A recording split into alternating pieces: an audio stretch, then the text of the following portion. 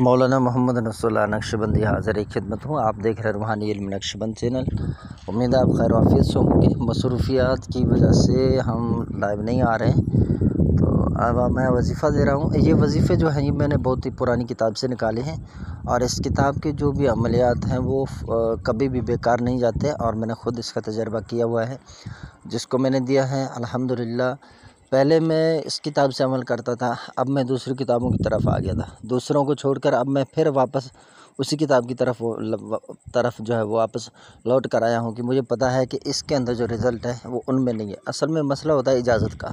جس کتاب کے اندر صاحب کتاب نے، مصنف نے جو اجازتیں لگائی ہوئی ہوتی ہیں، تو یہ لکھنے والے کا فرق ہوتا ہے اور کچھ نہیں ہوتا۔ اس لیے پھر انہوں نے ایک ترکیب جو بنائی ہوئی ہے وہ اثر بھی رکھتا ہے۔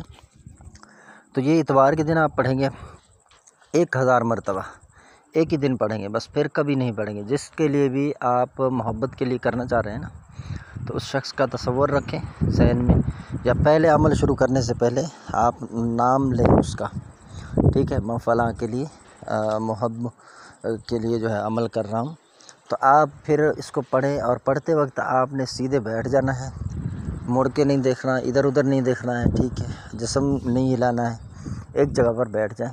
وظیفہ تھوڑا لمبا ہے، دیکھیں یہ جو اسکرین پر آپ کو دکھا رہا ہوں میں، تو اس کو آپ پڑھیں گے، ٹھیک ہے۔